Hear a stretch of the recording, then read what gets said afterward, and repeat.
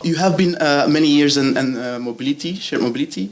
When you look back, I'm sure you were motivated and there's some things that you wanted to change, like you explained now. Yeah. Looking back, what is one of the things that you're most proud of, that you really look back at, like this amazing view, that you say, wow, we really did it, you know, that really motivates you to even go further? The view was already there. So maybe some buildings came up, but I think the view was already there.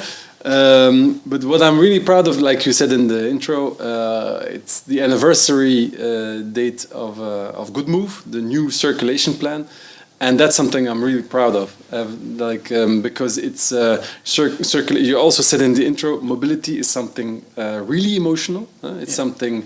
It's not like even building a school can be difficult. But here you really touch the everyday life of all the users, of the habitants, of the people that come work here, of the shop owners, of the enterprises. It touches everybody, and so you have to take that into account. You have to be prepared for like kind of backlash. And so we took a lot of time to prepare the whole implementation of the circulation plan, and to see like 1 year after that things are working. Also in return, in terms of feedback we get from people who live here, and also people who visit here. It's quite positive. When we implemented the plan, I did an interview for it was BX1, and on the background there were two people like screaming, yelling, and it's terrible, and you need to remove the plan. And like yesterday, I had again BX1 an interview, and there was a couple coming over and really saying, "Oh, Bart, thank you so much. It's much nicer now. We really like what you did." And so you see this change, and that is really something very motivating. So in a way, actually, you and your team had to be a little bit a visionary, because, as you said, it was a lot of pushbacks because people they don't like change often. But when you look at the results now, there are some positive results with Good Move. We see much more bikers. Also, bikers. It's also the shared mobility. It's also bus and tram, metro. We see much more of that. We see much less transit traffic in the city center.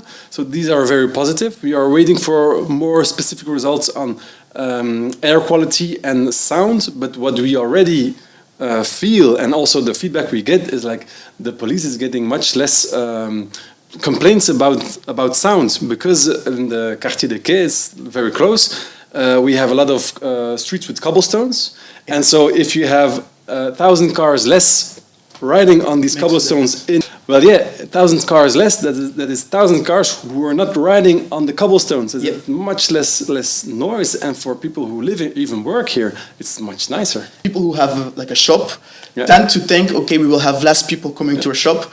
But actually, if you look at the living standards of people who live here, less noise, but also there's more walkability. People can easily walk to stores and whatever.